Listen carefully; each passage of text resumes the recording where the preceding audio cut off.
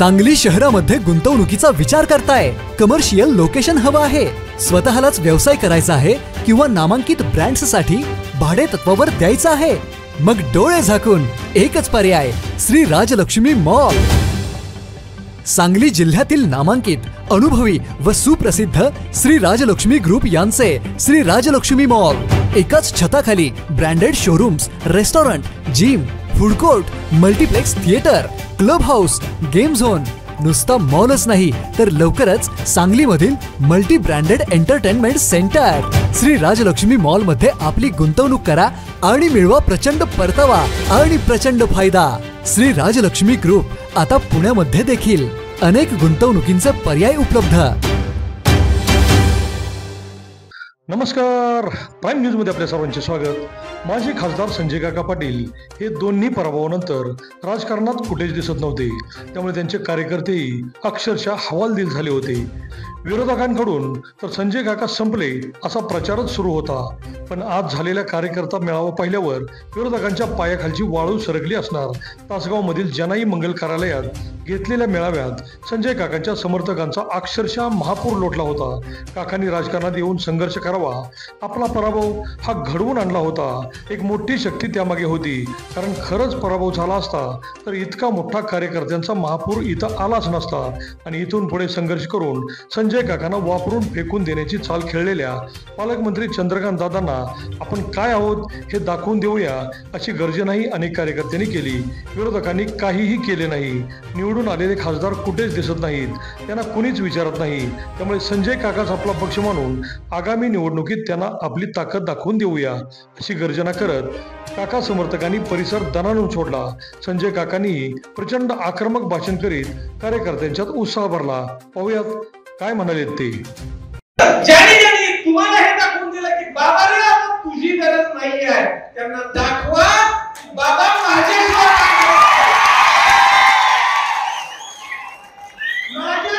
पान हलत नाही हे सांगायची धमक तुमच्यामध्ये आहे.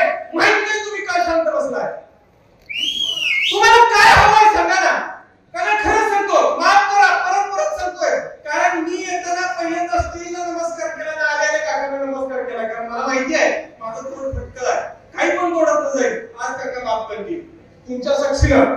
लक्षात घ्या काका, तुम्हाला अपेक्षित काय?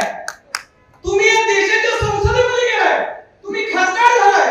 या देशाचा सगळा अर्थकारण, सगळं राजकारण, सगळं समाजकारण ज्या ठिकाणाहून चालतं त्या सर्वोच्च सभागृहामध्ये तुम्ही सभासद म्हणून गेला आणि तुम्हाला प्रेमानं पाठवलं, त्या ठिकाणी पोहोचला. आता तुम्हाला देण्यासारखं या लोकांकडे आहे काय? तुम्हाला देण्यासाठी काय राहिलं नाहीये. लक्षात घ्या, एक लक्षात घ्या. देवाला डोक्यावर ठेवल्यानंतर परत कुठं वरती फेकून देतात काय? त्यामुळे आता तुम्हाला द्यायचं त्यांच्याकडनं संपलंय, म्हणून कदाचित बोलत असेल. म्हणून एक लक्षात घ्या, आता जर का तुम्हाला द्यायच्यासाठी त्यांच्याकडे काय नसेल, तुम्ही शांत बसत असाल, कशासाठी बसताय? तुमच्या मुलासाठी बसत असाल तर नका बसू. तुम्हाला आज या ठिकाणी सांगतो, प्रभाकर बाबांना मी फक्त 4 वेळा भेटलोय. या 4 वेळेच्या भेटीमध्ये मी त्यांना ओळखलंय आणि हरकत नाहीये. कारण तुम्हाला याचा अभिमान वाटेल की तुमचा प्रभाव तुमच्यापेक्षा काकांवर सरस आहे. तुम्ही तुमच्यासोबत असणारा प्रत्येक माणूस तुमच्याबरोबर राहील याची शंका नाहीये. परंतु तुमच्या शिवाय सुद्धा तुमच्या मुलाला डोक्यावर घेऊन नाचायची ताकद या सगळ्यांचीच आहे. मान आता तुम्हाला चिंता करायची आहे. आता तुम्हाला जर काही चिंता करायची असेल तर तुमच्या या सगळ्या मुलांची चिंता करायची आहे. इथं बसणारा कोणतरी माझे कार्यकर्ता असेल, परंतु इथं बसणाऱ्या प्रत्येकाला वाटत असेल की मला भारी व्हायचं आहे. या सगळ्यांच्यासाठी तुम्हाला बाहेर पडावं लागेल.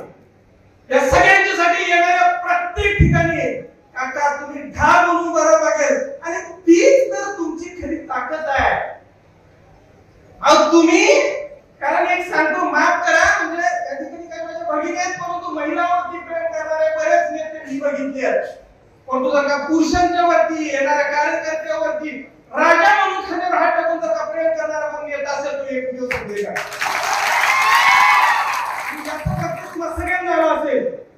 आणि असं जर का असेल तर या सगळ्यांच्यासाठी ढाल म्हणून उभा राहायची ताकद तुमच्यामध्ये असेल आणि तुम्हाला जर का कोणी घरात समजून सांगत असेल तर नका ऐकू काका. तुमच्या राजकारणातला एक सर्वोच्च क्षण तुमच्यासाठी झालाय आणि तुमच्या मुलासाठी तुम्हाला करायची काही गरज नाही ही या ठिकाणी उचलून सांगतो, कारण त्यांच्यासाठी आम्ही सगळ्याच जीवाचा राखतो. सगळ्यांना सांगतात का काका तुम्ही घ्या तो निर्णय. नाही आहे काका, तुम्हाला असे निर्णय घ्यावे लागतील की जेणेकरून तुम्हाला दिलेला त्रास, तुमच्या कार्यकर्त्यांना दिलेला त्रास व्याजासकट पूर्ण करता येईल. अरे इथं काय खुर लागले का? प्रत्येकाने यायचं, काकाजवळ जायचं, ते एक म्हणजे वेळच म्हणलं पाहिजे. कारण येणाऱ्या कार्यकर्त्याच्या खात्यावर हात टाकून, कारण एक लक्षात ठेवा, नेत्याला खांद्यावर हात टाकला किती ओझं असतं. नेत्याला खांद्यावर हात टाकला किती ओझं असतं. परंतु इथल्या कुणीही मला सांगायचं की संजय काकांनी राजा म्हणून ज्या वेळेला खांद्यावर हात टाकला तेव्हा तुम्हाला कोणाला ओझं वाटतं का? मग हे असताना प्रत्येक जण येतो तुमच्याकडे, काका काका म्हणतो, तुम्ही त्याला गोडलसपणे राजा म्हणता आणि तुमचं काम झालं की निघून जातो. असल्यानं आता जागा लागते. कुठलाही नेता असू दे, कुठलाही पक्ष असू दे, त्याच्याशी गरज नाहीये. आता एका वक्त्याने सांगितलं की तुम्ही दसरा गोटे मुखासाठी हे बोलवलंय. माझं असं म्हणणं आहे काका, तुम्ही काय बोलणार आहे हे मी नाही सांगू शकत, परंतु माझी इच्छा आहे की तुम्ही आजच तारीख डिक्लेअर करावी. इथनं पुढं प्रत्येक तालुक्यामध्ये कधी मिळावा आहे त्याची तारीख तुम्ही डिक्लेअर करा. त्या ठिकाणचे कार्यकर्ते त्या ठिकाणी येतील आणि मग दाखवून देऊ की संजय काका काय. अरे काय चाललंय महाराष्ट्रामध्ये? ज्या ठिकाणी नंदुरबार सोडून सांगली अशा दोनच ठिकाणी इतर कुठलाही उमेदवार निवडून येत नव्हता, अशा वेळेला काही लोक एकत्रित आली आणि नेतृत्व स्वीकारून काकांनी ज्यावेळेला सगळं केलं त्यावेळेला त्यांनी हे सगळं मोडून काढलं. त्यांना बाजूला केलं जातंय आणि तुम्ही आम्ही शांत आहे. कारण का माहितीये? फक्त काकांची मुलं, कारण ते बोलून देत नाहीत. परंतु आज संवाद मिळावा ना, आम्ही संवादासाठी आलोय. आम्ही संवाद केलाच पाहिजे, त्याशिवाय तुम्हाला कसं कळणार की माझ्या पोटात काय दुखते ते. आणि ह्या संवादासाठी आम्ही या ठिकाणी उभारलेलो आहोत. काका तुम्ही स्वतःला ओळखलं नाहीये असं मला कदाचित वाटतंय. कारण लक्षात घ्या, तुम्ही ओळखता तुमच्या स्वतःला. माहितीये मला चांगलं माहिती आहे. ज्यावेळेला तुम्ही आमदार नव्हता त्यावेळेला माहित नाही इथे सुरेश बाबू का आले नाहीये तुम्ही, परंतु त्यांच्यापासून म्हणजे ज्या वेळेला काका आमदार नव्हते तेव्हापासून प्रत्येक वाढदिवसाला मी हार घेऊन येतो.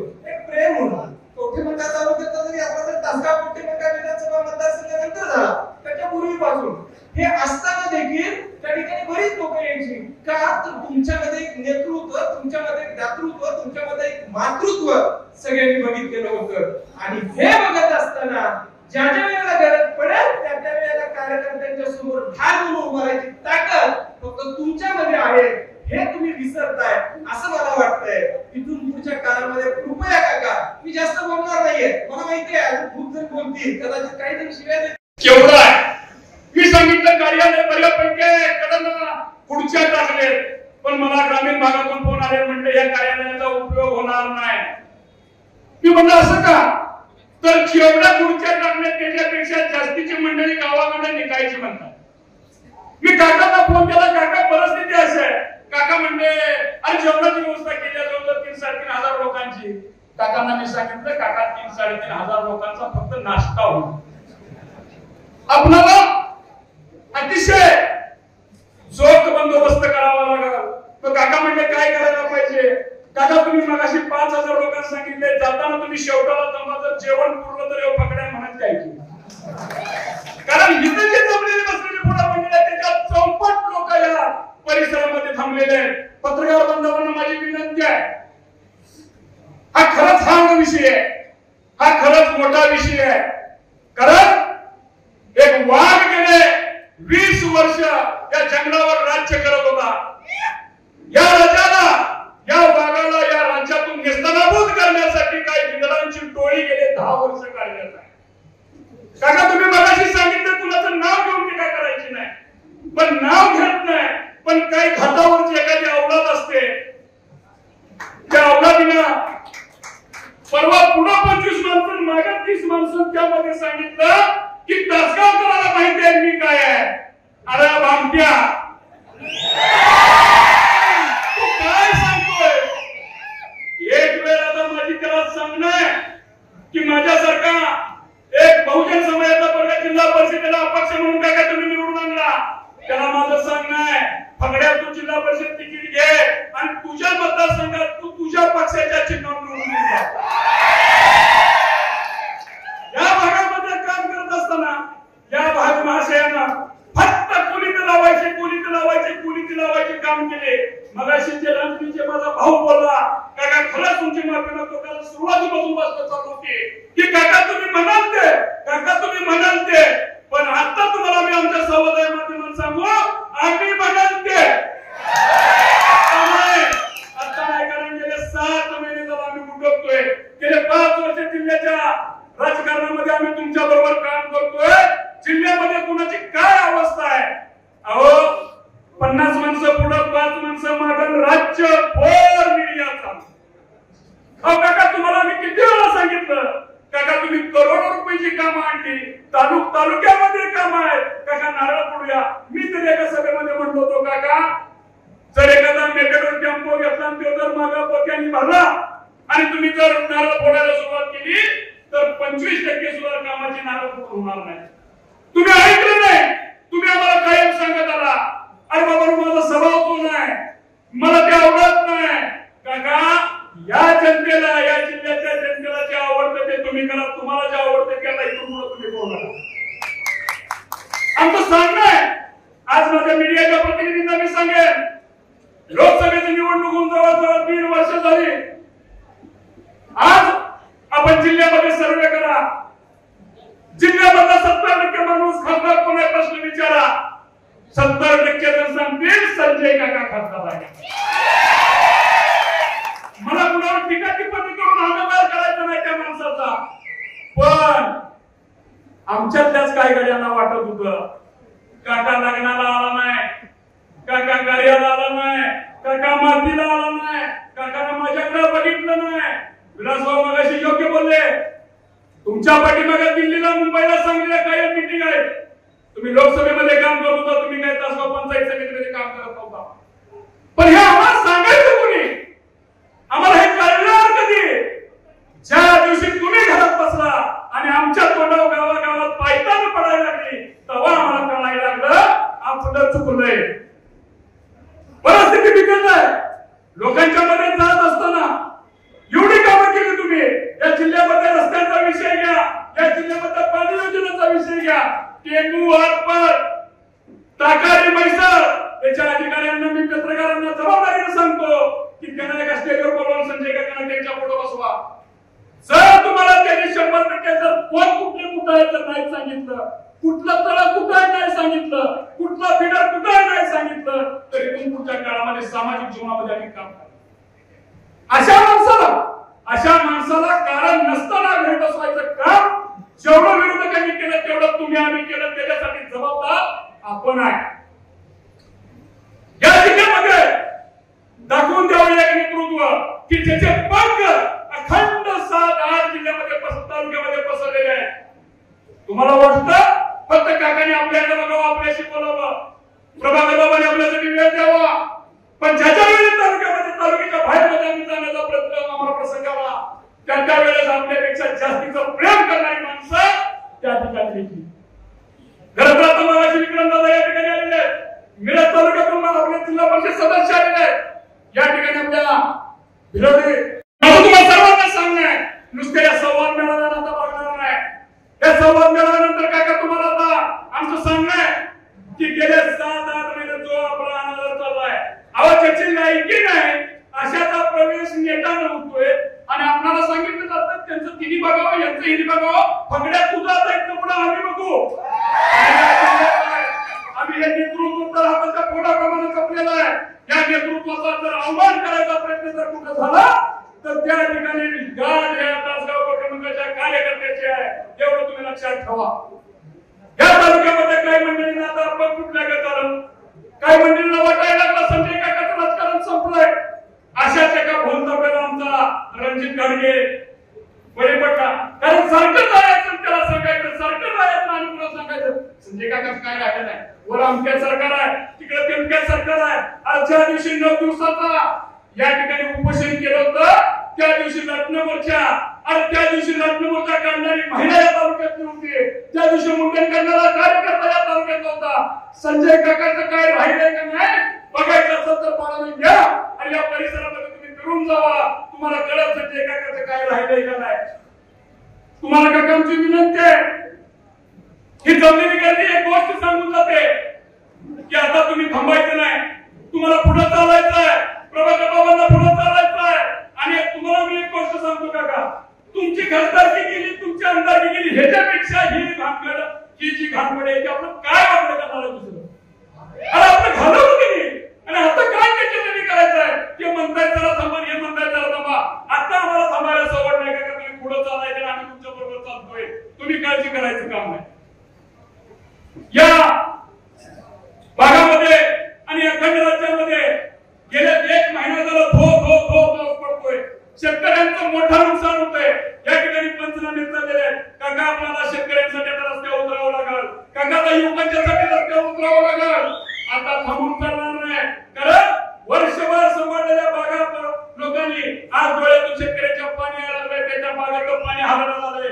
कशाचं काय घेऊन बसलाय. पदं येतील जातील, पुढच्या पुढे आपण बघू. पण तिथून पुढच्या काळामध्ये या जिल्ह्याला जर आपल्याला सरळ करायचं असेल, या जिल्ह्याला सरळ करत असताना की भांडवलाची काही जी अवस्था ही जर सरळ करायची असेल तर तुम्ही आता नेत्यांना पुढे चालायला लागतोय.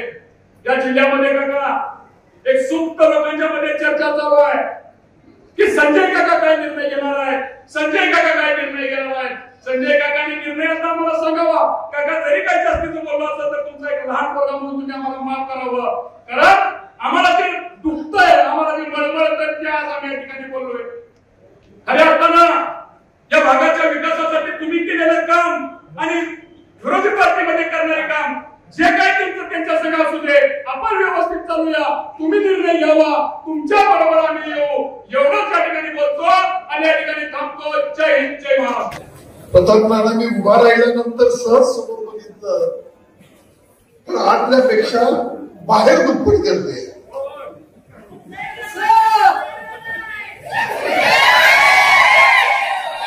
आजच्या या संवाद मेळाव्यामध्ये आपल्या सगळ्या सहकार्यांनी आपापल्या भावना व्यक्त केल्या. पण मी एका गोष्टीची खबरी निश्चितपणाने दिली की आपल्या संवाद मेळाव्यामध्ये बोलत असताना आपण टीका टिप्पणी न करता आपण आपल्या भावना व्यक्त कराव्यात. हा मात्र निश्चितपणाने सगळ्या कार्यकर्त्यांना विनंती केली आणि माझी त्या बाबतीतली सूचना आहे असं सांगितलं. ही निवडणूक जिल्हा परिषद, पंचायत समिती, नगरपालिका, महानगरपालिका कार्यकर्त्यांची आहे. ज्यांनी माझं राजकारण उभा केलं त्याची ही निवडणूक आहे. किशोर पाटलांनी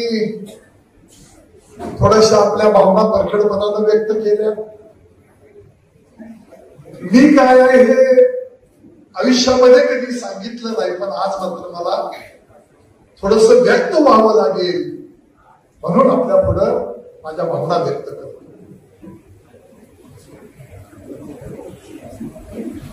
माझ्या वडिलांनी पंढरपूरला पहिला महाराष्ट्रातला एन्काउंटर केला. ज्या पंढरपूरच्या पोलीस स्टेशन मध्ये तिथल्या पीआयला त्या दोघांनी जाऊन शिवीगाळ केली आणि 1 तासाच्या त्यांनी बदली मागितली. तिथं जायला कोण तयार नव्हतं. वडिलांनी ते आव्हान स्वीकारलं. त्यांच्यावर प्रत्येक मोठा हल्ला झाला. त्यांनी फायरिंग केला आणि त्या ठिकाणी पहिला एन्काउंटर माझ्या वडिलांनी. त्यावेळेला त्यांच्याकडून किमान 20 मर्डर झाले आणि त्यांनी चितेवर शब्द घेतल्या होत्या की मी पुढचा आरके पाटलांचा वंश वाढू देणार आणि अगदी लावतो. परमेश्वरानं मला जन्माला घालताना आईच्या पोटातनं जिगर दिलेली आहे, जिगर. ज्याचे 20-20 वर्ष झाले अशाला संजय पाटील नामला आहे. तुम्हाला आज सांगतो, माझ्यावर अनेक वेळा प्रयत्न झाले, अनेक वेळा, पण कधी मी आयुष्यामध्ये कधी भिवून वागलो नाही आणि कधी जायचं थांबलो नाही. कालांतरानं वाईटाचं वाईट होतं, त्यांची जी काही परिस्थिती व्हायची ती झाली. हिंदू मुस्लिम दंगल झाले, पतंगराव कदम पालकमंत्री होते. गणपतीच्या मूर्त्या कुठल्या जाती धर्मामध्ये द्वेष पळून आला. या सगळ्या परिस्थितीमध्ये ती शांत करण्यासाठी हा संजय पाटील तर माणिक काका उभे घेतलेला आहे. या माणिक काका आणि मी त्यावेळेला कर्फ्यू होता सांगलीमध्ये, मिरजेमध्ये. मी मिरजेला गेलो, संभाजीराव भिडे गुरुजींना घेऊन गेलो, त्याला तिकडं सोडलं आणि ती दंगल शांत व्हावी. यामध्ये समाजाचं मोठं नुकसान आहे. आपल्या तालुक्यामध्ये तुमच्या माहितीसाठी सांगतो, 24 ठिकाणी मशिदीची दगडफेक, पडसड झाली. तांबे नावाचे डिव्हाइस बी आपल्याकडे होते, पत्रकार मित्र छापून होता. त्या माणसाला मी सांगितलं, मुलं भावनावेश झाली होती, त्या समाजाची माफी मागितली, मुस्लिम समाजाची, आणि ह्याच्यावरची नावं केसेस घालू नका. आजही त्या ठिकाणची कुठलीही नावं निष्पन्न झाली नाही. तो संजय पाटील आहे. आणि पदावरनं गेल्यानंतर मला एसपीचा फोन आला, तुमचा बॉडीगार्ड ठेवायचा. मी म्हटलं मला गरज नाही, माझ्या जीवाचं रक्षण करायला माझी मायबाप. काही हुलग्याच्या ओपचे असणाऱ्या नेते मंडळींना तलब होती. पदावरनं खाली उतरल्यावर सांगितलं, माझ्या नादाला लागू नकोस, उजळलेलं सुद्धा बघू देणार नाही.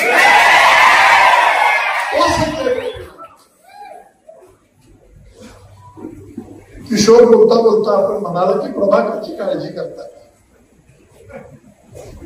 महिन्या 2 महिन्यापूर्वी मी सांगितलं, ज्या लोकांनी मला उभं केलं त्यांची अवहेलना करणार नाही. हे राजकारण त्यांनी उभं केलं, संपलं तरी बेहतर. त्या लोकांशी इमानदारीनं राहणार. कोणाचीही संघर्ष करावा लागला, कुठल्याही पक्षाची करावा लागला तर तो संजय पाटील करणार. मी दाखवून देतो, मला फिकीर कशाची नाही. अहो, सत्तेत असताना कुणाशी जुळलं, फक्त मी नीतीनं वागलो, न्यायानं वागलो, भ्रष्टाचार, व्याधीच्या या गोष्टीपासून लांब राहिलो. मॅच्युरिटी नावाचा भाग येतो, अनुभवानं समाजाचं हित करावं म्हणून थोडीशी सामंजस्याची भूमिका निश्चितपणाने घेतली. पण याचा अर्थ आपल्यातलं काही संपलंय आणि आपल्यातलं काही कमी झालंय असं नाही. माझं वय 61 आहे. तुमच्या माहितीसाठी सांगतो, 36 वर्षानंतर व्यायाम चालू केला आणि 150 सपाट्या मारत होता. मला ब्लड प्रेशर, ना मला हार्टचा त्रास, ना डायबिटीस, ना माझं हे दुखतंय, काही भानगड नाही. अजून तुमच्या आशीर्वादानं लय कणकणीत आहे. त्यामुळं जी निवडणूक कार्यकर्त्यांची आहे, जिल्हा परिषद असतील, नगरपालिका असतील, महानगरपालिका असतील, पंचायत समिती असतील, त्याच्यामध्ये तन मन धन अर्पण सगळं करून संजय पाटील तुमच्या बरोबरच आहे, हा विश्वास तुम्हाला देतो. पक्ष, चिन्ह, सत्ता, पैसा, संस्था काही नसताना आपण संघर्ष केला. आता तर तुमचं एवढं मोठं बळ आहे. 1995 सालच्या विधानसभेला आबा उभारले. डॉक्टर भाऊ आबा उभारले होते, दिनकर आबा. फार मोठ्या फरकानं आपला पराभव झाला. 97 साली जिल्हा परिषद लागली.